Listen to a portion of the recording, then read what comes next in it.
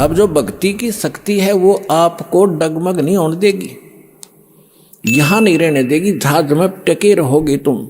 एक भगत बता रहा था कि मैंने एक बार स्वप्न देखा जैसे मैं दादू जी के जहाज में बैठकर जा रहा हूं, क्योंकि हम असंग जन्म से भटक रहे हैं, महापुरुषों के संग कभी ना कभी हमने किया ही है। तो मैं जब जहाज हमारी गांव के ऊपर से जाने लगा, जहां मैं खेला कूदा करता था वो जंगल दिखाई दिया जहां मैं घूमा करता था। मैंने ऐसे कहा भाई यहाँ घूमना चाहिए, देख कितना अच्छा जगह, मैं ऐसे घूमा। वो मन में आस्था रह गई, पटक दिया नीचे आकर दही। और भगत कहने लगे जी एक भगत गिर गया, तो दादू जी कहते सुने भाई फिर देखेंगे, इसने जानते इसकी आस्था रहेगी यहाँ पर।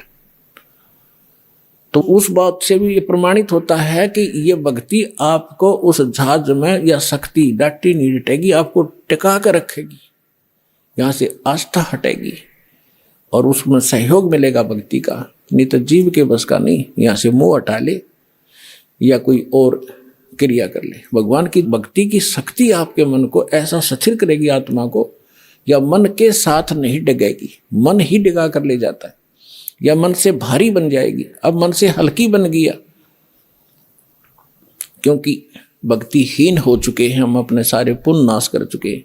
अब आपको नए सिरे से चार्ज किया जा रहा है, 5 यज्ञ कराई जा रही है। यहाँ पर जो प्रोसेस है भक्ति का कंप्लीट यहाँ से अब शुरू हो रहा है। और ये कभी चौथे युग में, कलयुग में आपको ये प्राप्त हुआ था, क्योंकि आप गए नहीं, वापस रह गए, 84 लाख योनि के दुख भी भोग दिए, फिर भी आस्था मन में रहेगी आपके। तो अब फिर चूक गए, फिर न जाने असंख्य जन्मों के बाद ये दाव लगेगा जो बिचली पीढ़ी का अब लगा है आपका। मनुष्य जीवन, भक्ति में आस्था, और ये दास मिल गया सतगुरु रूप में, और भगवान की भक्ति सही मिल गया आपको। ये सारे नंबर असंख्यों जन्मों के बाद आपका दाव लग गया है, ये आम बात मत समझना। और ये ज्ञान कोई डूम बाट के बताए गीत नहीं है, ये समर्थ का दिया हुआ ज्ञान दास आपको आगे टेलीकास्ट कर रहा हूं, मेरा इसमें कोई रोल नहीं है। एक टेप रिकॉर्डर समझ लो, परमात्मा का ज्ञान एज इट इज महापुरुषों की वाणी रिकॉर्ड की आपको सुना रहा हूं, अपनी तरफ से कुछ नहीं मिला रहा हूं। जैसी बुद्धि दास को परमात्मा ने अपने कुत्ते को दी है, तुम्हारे लिए भौंक रहा हूं और सच्चाई से परिचित करा रहा हूं, और तुम्हारा कल्याण हो जाएगा।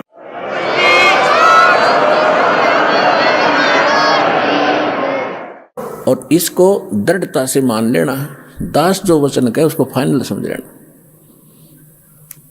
इसमें अग्रम अग्रम नहीं रखना, तभी आप सफल हो पाओगे। क्योंकि इस अग्रम अग्रम यानी शंका के नाश करने के लिए इतने प्रमाण दिए जाते हैं, इतने महापुरुषों के उदाहरण दिए जाते हैं, उनकी गवाही आपके रूबरू की जाती है, क्योंकि हम अज्ञान में सने पड़े हैं और भक्तिहीन हो गए, जल्दी से सेट नहीं हो पाती है भक्ति। तो इसलिए आपको सत्संग में बुलाया जाता है। सत्संग में आने से बहुत से पुण्य आपको प्राप्त होते हैं, आपको पता नहीं। अब माता पिता बच्चों को कभी कोई चीज़ खिलाती है, कभी कोई खिलाती है, कोई विटामिन के खिलाती है, तो क्यों खिलाते हैं? ताकि इसका शरीर स्वस्थ रहे और जल्दी युवा हो। तो ये सब साधन आपको इस आत्मा को दृढ़ करने के लिए, मजबूत बनाने के लिए ये करवाए जाते हैं।